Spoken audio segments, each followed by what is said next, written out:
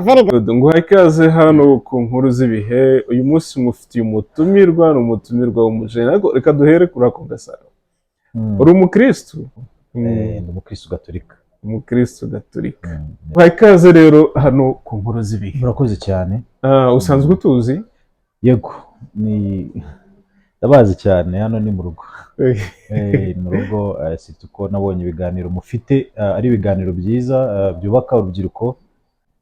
Iki rero ni ikiganiro umujene mu iterambere. Ni ikiganiro tugira imbone nkubone by'umwihariko n'abatumirwa bacu b'abajene. So tukibanda ku bintu by'ingenzi, ibijyanye n'akazi, ihangamurimo, imyigire n'ubujyanama.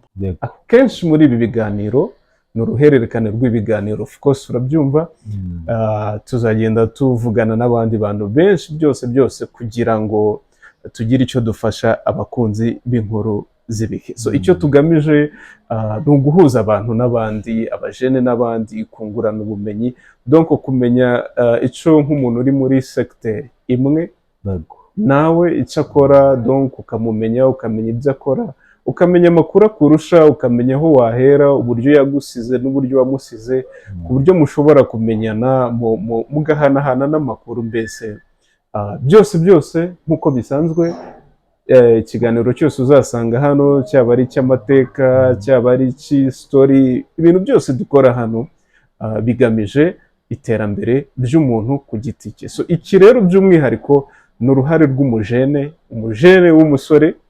Tuzibanda ku basore cyane ko hari n'ikindi gice tuzakora ku badamu. So reka nguherere ikaze hano ku nkuru z'ibihe, nguhe n'akanya. Uri umujene ndakubona, mu buzima busanzwe hari ahantu twajyaga dukubitanira ugiye mu kazi, ariko abantu bo ku nkuru z'ibihe ntekereza ko batakuzi.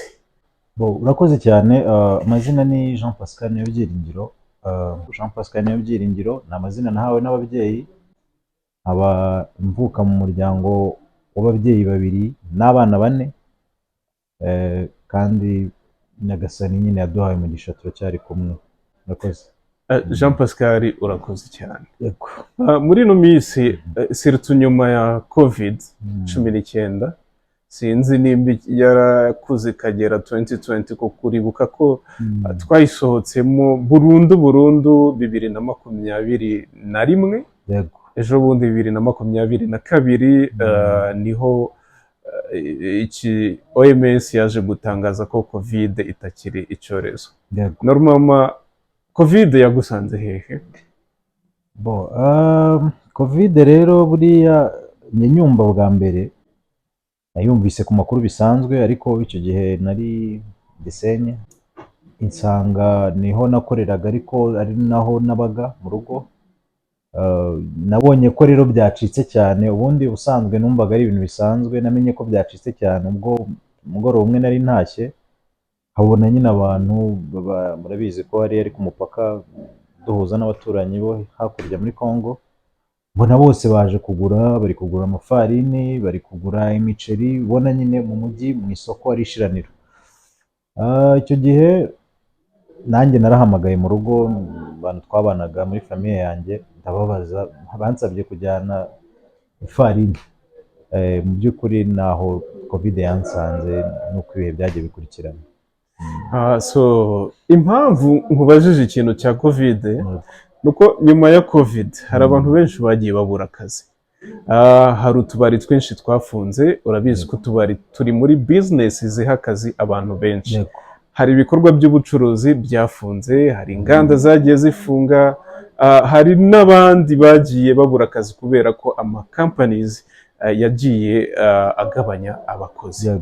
So imirimo rero kuva mu gihe cya COVID ngira ngo kugeza na n'ubu ni ikibazo kigikomeye cyane. Ariko amakuru mfite kandi nuko bigaragara, ntekereza ko nk'iyi jackette wambaye rwose, umbwiye ko hari aho wayiguriye waba umbeshye, kuko ndi kubona ari umwambaro wa gifundi, sinzi ndibeshye. Bivuze neza, ni ukuri. Uyu ni umwambaro wabigenewe abafundi bo ururimi turaruhuza. Aho nsanze nyine ndi mu kazi, nkora mu buzima bwanjye bwa buri munsi, nkaba ndi umufundi koko mu bijyanye n'imirasire y'izuba. So rero wenda turaza kubigeraho. Uyu ni umwambaro w'akazi, ni wo mwambaro undanga cyangwa se uranga abafundi mu buzima bwa buri munsi. Okay. Ubwo rero ndumva ntibeshye vraiment. Cyane So uri mu bajene bakeya, navuga ko ari bakeya bafite amahirwe yo kuba ufite akazi nk'aka ngaka ufite, kuko ahantu nagusanze ni ku ruganda rukomeye rw'imirasire nk'uko wabimbwiye, ukaba uri umufundi. Donc ariko inyuma yawe hari abajene bari gushakisha akazi. Niki kigezweho mu ruganda rw'imirasire? Donc niki wabwira umuntu uri gushakisha akazi agomba kwitaho muri ino minsi? Nibura hari amakampani menshi akora nk'ibi mukora, wenda hari umuntu ushaka kuba donc yayakoramo. Niki wamubwira yakwitaho cyane cyane ubona kijyanye n'isoko ry'umurimo? Urakoze, ariko icyo kibazo kirakomeye ariko ntikinakomeye cyane. Watangiye neza ubivuga uti ni amahirwe nyine, ndimo bafite amahirwe ko bafite akazi, ariko amahirwe turayagendana hose. Uyu munsi mfite akazi, ariko nk'uko duhora tubishishikarizwa na gahunda yacu ya leta itureberera, ni uko dukwiriye kwihangira umurimo. Iyo bavuze kwihangira umurimo, ugenda ureba muri segiteri urimo, muri quartier, aho tuvuka, aho tugenda, ibyo dukora. So ukaba wareba nyine hari amahirwe, ibyo twita opportunité, cyangwa se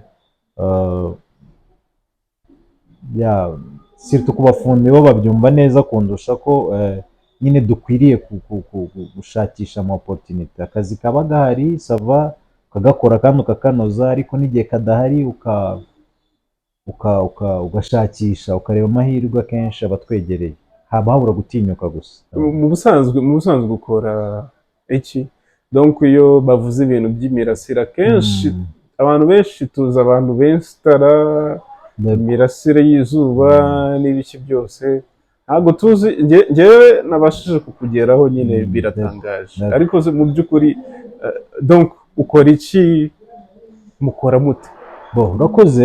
Sekiteri ya solar energy cyangwa se amashanyarazi cyangwa se ingufu zituruka ku mirasire y'izuba ni sekiteri nini cyane.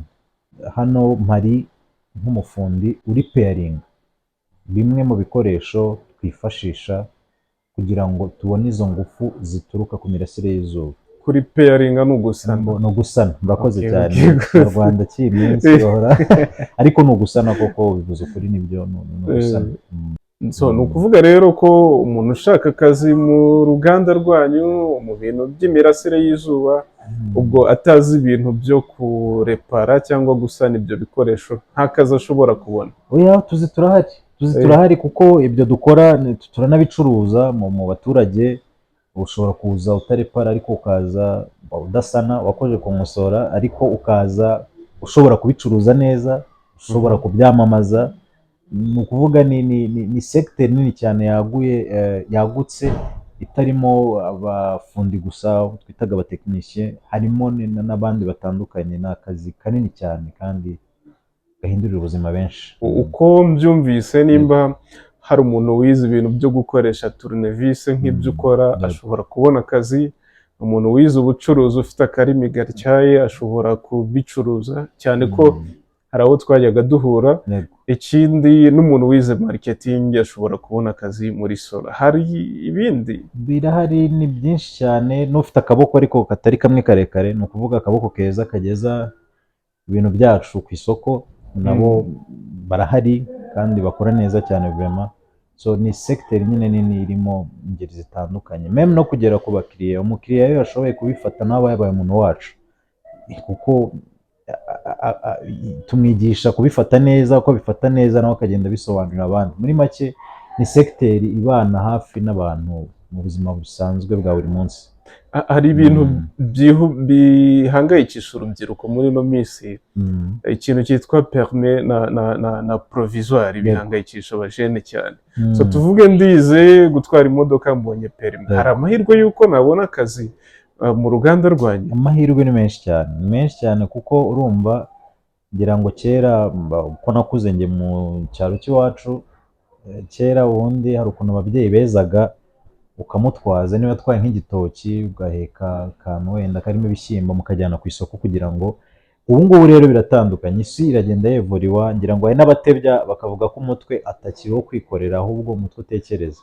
So ubivuze neza cyane rero, n'ubu ngubu hari usanze avuye aha ngaha niba mudahuye winjira, bya bikoresho byacu tuba dufite hano twatunganyije bikoze bikwiriye kujya ku bakiriya, dufite abashoferi babitwara kuko bari package nini cyane, twizengurutse igihugu, urumva kugira ngo bigere, tuvuge uvuye hano Kicukiro niko karere turimo nsanzemo, kubigeza za Nyagatare, za Rusizi, urumva ko ni ubuzima busanzwe dukoresha nyine transport y'imodoka. So abashoferi rero turabakenera cyane. Ni byiza cyane. None se umukontabure, hari umwana uri kwiga ubu za Nyamasheke muri kontabilite, hari uri kwiga finance, hari uri kwiga donc ibintu bitandukanye, mbese n'umuganga, hari amahirwe ari muri solar industry bitewe n'ibyo umuntu yagiye yiga? Amahirwe ni menshi cyane, nk'uzongero wari wabanje kumbaza mbere nagusobanuriye, urumva iyo ucuruje ntabwo njyewe umufundi hano ari njyewe uzajya kudiringa n'umukiriya ngo uranyishyura gutya, sirtu ko ibintu byacu buriya dufite ukuntu tworohereza abantu, ashobora kwishyura make make buri kwezi tukamuha garanti. Hari abantu rero nk'uwo wambwiraga ushobora kuba warize kontabilite, araza rwose akadufasha muri ibyo byo gucunga, kugira ngo ni icungamutungo ahari kontabilite cyangwa se ibaruramutungo. Abo turabakenera cyane kuko nibo batumenyera niba turi gucuruza, niba turi kwishyurwa, niba turi, ni ukuvuga ni secteur ifite aho ihuriye n'abantu benshi cyane, batagombera ngo bari muri barabyize, bize gufata turunevisi nk'uko babivugaga, wacuruza byose birimo, mbese ni ikintu kinini cyane nashishikariza abantu bakirimo kandi kirushaho kugenda gitera imbere. Iyo tuvugana ubu ngubu aho nkora dufite ibindi bigo nka bingahe nabyo bihari, hari n'ibindi bishobora kuzavuka, kandi tuzi ko igihugu ni kimwe ntikiyongera, ariko ni secteur nini cyane vraiment isaba kuriramo n'abantu benshi cyane. So ni ikintu kinini cyane gifitiye akamaro sosiyete nyarwanda n'indi sosiyete muri rusange. Kera hari imvugo yajyaga igira iti ngo ni byiza nyine kureba ikintu ukunda ukaba ari cyo ukora, ariko abaturage bariyongereye, isi twabaye benshi, so imvugo yaje guhinduka iba ngo kunda ibyo ukora kugira ngo bikorohere. So sinza kubijyaho tutazagera gutya nk'umupatro akabibona uvuze ngo ntabwo waje ubikunda ntunabikunda, ariko uko byamera kose kuba ubikora urabikunda. So niki wakunzemo cyatuma ubwira umujene mugenzi wawe uri mu ishuri, uri gushakisha akazi, ukamubwira ngo genda ngwino ukomange muri business, mu bucuruzi,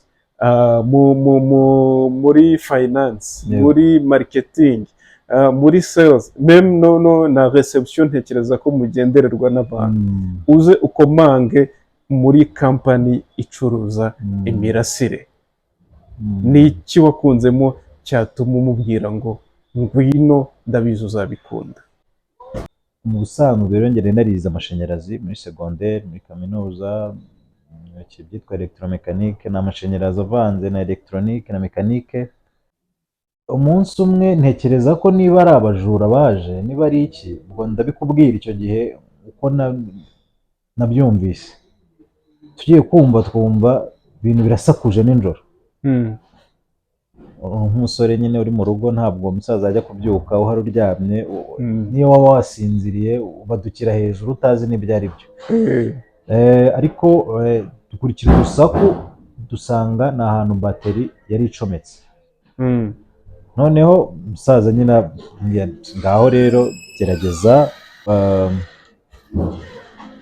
ubizime, dore niba wize amashanyarazi ni wowe wiga ibyo bintu, ntimugire ikibazo bikomanze, nyine nibyo tubamo mu buzima bwa buri munsi, ibintu bibaho cyane. So icyo gihe rero nkomeje, nabuze icyo nkora kuko si ikintu nari nzi, ariko nkaba nzi ko hari umurongo ubaho basize umuntu ahamagara agize ikibazo. umurongo koko twarawuhamagaye, kandi koko tuhamagaye baratubwira ni mubyuke mwirukanka, ahubwo ubu ni umuntu uri igisenge ushobora kuba warucomoye pana yirukankanye neza. Ngira amatsiko ndavuga wawu, abantu birirwa batobora amazu turabyumva ubu ngubu binagezweho cyane ahantu henshi, baratobora amazu abantu ntibabyumva, bararurira amapoto amasinga barayaca abantu ntibabyumva, urazinduka mu gitondo ugasanga amasinga bayaciye.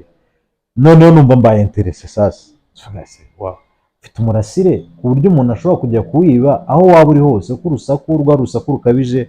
Ndagereranyiriza abantu niba bazi ambulance itabaye uko buriya buduha igenda ivuze, ni nkako byari bimeze ariko byikubye nka gatatu. Urumva ko sinzi ibitotsi waba uryamye ko byaba bingana kugira ngo ntukanguke. So urumva rero nabaye interese, ni ubwa mbere nari mbonye nyine ibintu nk'ibyo ngibyo. Ndavuga ni wawu, ibintu bishobora kuba bifite tekinoloji iri hejuru. Ndibuka icyo gihe twagize n'ikibazo cy'amatara mu nzu nyine y'iyo sisiteme yabo, njye muzehe yatumye njya kubaza, baransobanurira mbabaza mukorera he, numva ni ibintu byiza. Icyo gihe nari muri stage, ndabyibuka hari muri 2016 cyangwa na 7 muri stage, numva nyine hari offre ihari, kumbaza umuntu nari nzi wari urimo ufite, ntekereza ko afite amakuru, arambwira ni ibintu byiza washobora, harimo umwanya uyu n'uyu, cya kintu wavugaga cyo gukora ibintu dukunda cyangwa se tudakunda, ariko nsanga umwanya uhari ni ibintu bya elegitoronike iri pire. Urumva kuripeyaringa ni elegitoronike duto cyane ibiki. Mu gihe ngewe numvaga ko ahantu nje nzajya ku gisenge, ni ukumanika pano, ni ugushyiraho bya bindi nakubwiraga nyine ko byagutse. Nabanje no kugira ikibazo no kwitinya, ndavuga nise ahantu nize amashanyarazi muri segonderi, elegitoronike ni nkeya, ngiye kuyijyamo iri pire igize gute.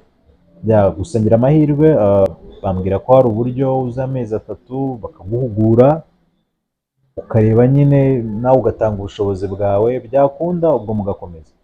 Naraje rero ndakora bisanzwe, Imana itanga umugisha nyine birakunda, kandi ubu ntekereza ko ndakora neza bikagenda neza cyane nta kibazo. Imvugo bavuga, hari imvugo yitwa gukoma.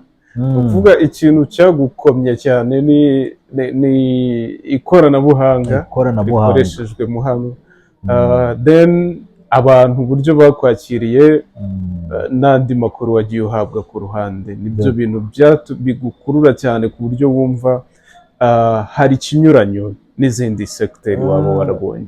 Hari kandi nibagiwe kari kanyisubye, mu by'ukuri nahuriyemo n'abantu, mbese ni field irimo abantu benshi, wakwiga ibintu byinshi, irimo ibintu byagutse. Ikindi kandi nakunze ko mu bintu dukora buriya twubaha umukiriya. Ni sisiteme ihari mu gihugu hose ko gufata neza umukiriya ari byiza, ariko hari aho usanga bitubahirizwa.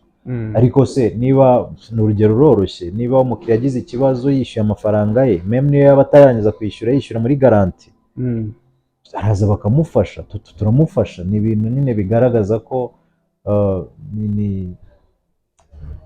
bigaragaza ubunyamwuga kwa. Muri make ni ibyo ngibyo byagiye numva bimfasha no gukora akazi kanjye neza ka buri munsi. Ni ikintu cyumvikana cyane, kuko utanze serivisi cyangwa igicuruzwa ntukunda bugiha, nyuma y'akazi natwe turi abaguzi, nta muntu ukundwa rero gufatwa nabi bari gutanga amafaranga. So ni byiza cyane ko mufite customer care nziza, mukagira technology, hanyuma ukaba uzengurutswe n'abantu. Ndumva nta muntu utakwishimira gukora munsi y'ikirere kimeze gutyo. Hanyuma rero uyu munsi ndashaka akazi iwanyu, ndashaka akazi muri segiteri yanyu, ndashaka umubwire ni zihe ntambwe natera mu ncamake kugira ngo nibura ngira amahirwe yo kwicara kuri interview n'umuntu uri gutanga akazi, HR wanyu. Uranyemerera gake ngo ucarenjinge, reka nkurekomanda ahubwo ko ibiganiro ukora ari ibiganiro by'inspiring urubyiruko, wazaprocinze abantu bamwe, wabisaba twabiguhereza, kwisaba abantu kuko byafasha benshi cyane kurusha. Gusa ntibinagoye, kuko ni ikigo cyubahiriza nyine itegeko ry'umurimo, ofure bayashyira hanze ku masite atandukanye, ikaba ari kampani nyine yizerera mu bushobozi bw'umuntu, ihereza amahirwe umuntu wese witinyutse. Ari nabyo tubwira abajene bacu bari hanze hano badafite akazi, dutinyuke kandi twerekane ubushobozi, tunemere ko hari byinshi tutazi, tugira ubushake bwo kwiga, twaba dushaka kwiga ibintu byinshi. Simbizi niba ngusubije neza. Ikintu ntoyemo ni ukuvuga ngo umujene ushaka akazi muri kampani yanyu wampereyeho, ndagira ngo nkumenyeshe ko wenda akazi nshobora kugakora, ariko kuzabona akanya ko kubariza umujene nk'uku nguku namubarije, ngira ngo bishobora kuba ikibazo nanone, byagorana cyane, ariko nanone ni imibereho nyine, ni mukampa muzakama. Ikintu ntoyemo cya mbere ni uko umujene uri mu ishuri izi saha, ubumenyi burahari, of course ari mu ishuri arimo aravoma ubumenyi, cyangwa se ari mu mahugurwa, cyangwa afite experience runaka. Ikindi ni uko agomba kumenya ko iyo mufite utuzi muradupostinga, niko bajya bavuga, ahantu runaka ku mbuga nkoranyambaga runaka. Ubwo icyo agomba kumenya ni izo mbuga zicaho imirimo. Icya kabiri of course ni uko agomba kuba afite internet. Sinzi nimba hari icyo wavuga kuri internet n'urubyiruko. Urubyiruko rwo rurabyumva neza cyane kundusha, ariko bitari bya bindi bya Instagram, mbona YouTube tukareba nyine ibidufitiye akamaro. Hariho ibintu byinshi pe. Nk'ubu sinabwira abantu ngo bagabanye YouTube, nk'ubu urugero, hari uzaza ku nkuru z'ibihe aje kureba ikintu runaka, umuntu wamwinsiparinga, aje kureba niba hari motivasiyo yagira imufasha, ishobora gutuma hari ibyo yakwiyungura mu buzima busanzwe. Ni ibintu nk'ibyo ngibyo rero, tumenye ibyo tureba kuri internet, ariko kuri iki gihe internet idahari ubuzima bumeze nk'ubwahagaze. Ndumva ari uko nabivuga. Kera nigeze gushaka akazi. Iyo umuntu ashaka akazi hari amakosa akora buriya mu gushaka akazi. By'uburyo umuntu ashobora kubona akazi iwanyu, kugira ngo bose ni inyaryenge, abakunzi b'inkuru z'ibihe, yikorera agasamara aho hasi. Hanyuma rero iyo ushaka akazi, icyo twari tugezeho, ukora amakosa. Kera naranditse, nca muri procedure zose, nkora ibizamini ndabitsinda, njya muri interview ndabazwa kugeza ku kibazo cya nyuma. Cyarambazaga ngo urashaka ko tuguhemba amafaranga angana gute? Ikintu cy'umushahara se, wari umutego natezwe, ariko sinabimenya. Ndasubiza, nkomeza kwensista ku mafaranga. Kwensista ku mafaranga ni ikosa nakoreye umuntu wari urimo utanga akazi, ku buryo ari cyo kintu cyatumye mbura akazi kuri uwo munsi. Wowe rero nayahe makosa wakoze urimo ushaka akazi? Ikosa rya mbere, urarangiza amasomo yawe ukajya hariya hanze, rimwe na rimwe agashomeri kakagukubitaho, ukumva byagucikiyeho. Nk'ubu ugiye gushaka akazi bwa mbere, ugenda uvuga ngo n'uwampereza tuvuge 50,000, niyo akazi kaba gahembera 100, cyangwa se muri wowe uzi neza ko ku kazi gakora gakwira 100,000, uragenda uvuga ati n'uwampereza 50,000 nakora. Ese ubivuze ukurikije ibihari hanze uko ubuzima bumeze, cyangwa se ukurikije ko ni occupation uri gushaka, warambiwe kwirirwa mu rugo, warambiwe kuba udafite icyo ukora kizwi? Ugasanga rero nk'uko umukoresha nyine baba ari n'abahanga cyane, surtout ko baba bashaka kumva nyine umuntu bagiye guharinga, akakubaza ikibazo nk'icyo ngicyo. Kameme nateguye guhemba 100,000 uje kunkorera, nakubaza umushahara ukambwira 50, ndawuguhereza ko urakunyuze.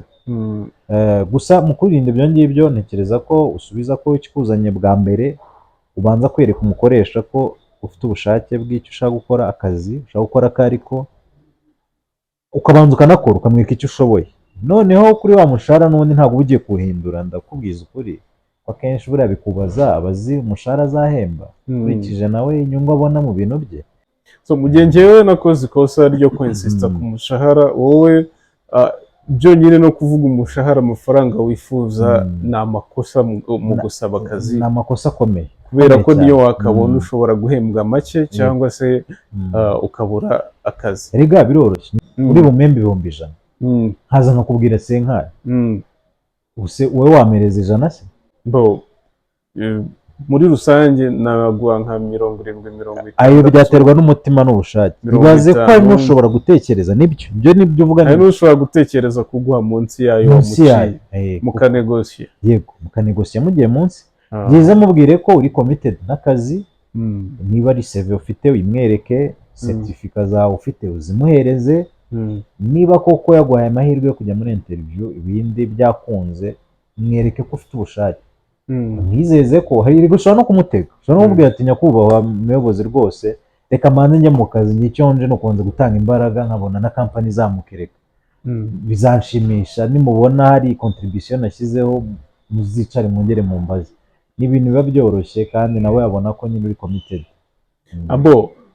Reka dufate scenario noneho ngira ngo ni n'ikibazo nimba atari icya nyuma kirabanziriza icya nyuma.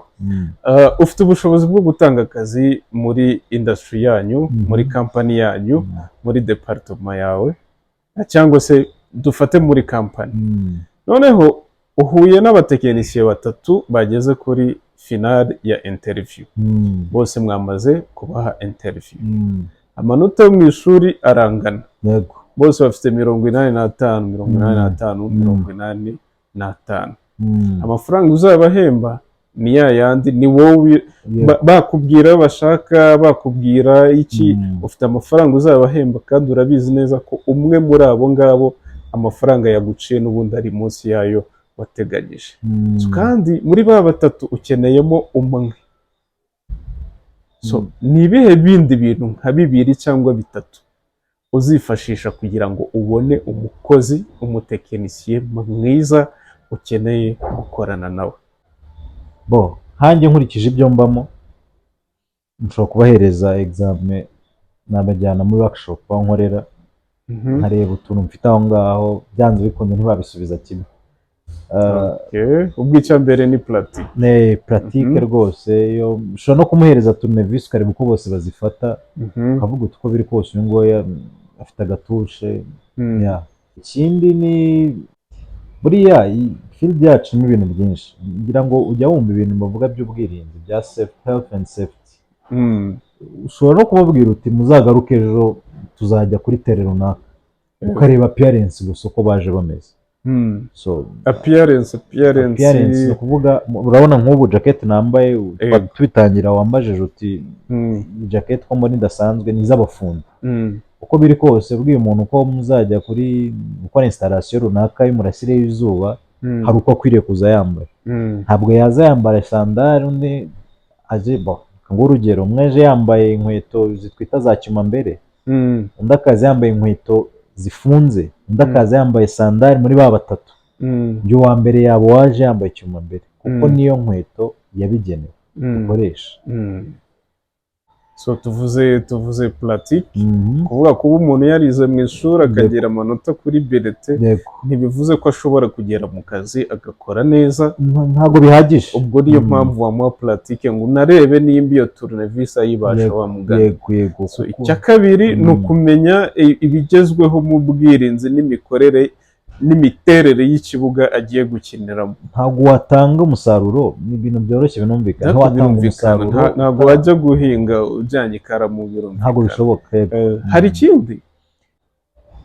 ikindi buriya tutitaho abafundi, ikintu cya punctuality, sinzi uko ndi bukite mu Kinyarwanda, time management, kuko akenshi uzabireba icyo kintu cyo kwita ku gihe. Usanga hari abaturage bafite abatekinisiye bafite izina ribi, bajyanira umuntu televiziyo ahubwira ati uzaze ejo hagera ugasanga ntabwo arayikora, ntabwo yanayifunguye, cyangwa se piyesi imwe yayikuyemo ashyira ku ruhande ngo akwereke ko ari kuyikora, ariko mu by'ukuri nta kintu kimwe yayikozeho. Bitandukanye field ndimo, ni ibintu duhereza abaturage, nutamukorera neza ngo anezerwe ntabwo ari bukorere marketing. Ngira ngo mutekinisiye udukurikiye, umuntu ushaka akazi muri ino kariyeri, nyuma yo kwiga neza amashuri yawe ugomba kumenya gushyira mu bikorwa ibyo wize icya kabiri ukamenya imiterere y'aho uzabikorera n'ibisabwa uburyo ugera aho hantu witeguye. Ikindi ukita ku gihe kuko igihe ni amafaranga, ibyo ni Pascal wabitubwiye. Hanyuma nanjye ndaguha ikindi, numva nakongeraho ikindi, buriya language, ururimi ni ikintu gikomeye cyane. So iyo uzi kuvuga, uzi kwandika, ufite amahirwe menshi cyane kurusha wa mutekinisiye ushobora kuba tuvuge wafashemo babiri, umwe yavuyemo deja yaje kuri tele yambaye sandari, usigaranyemo babiri.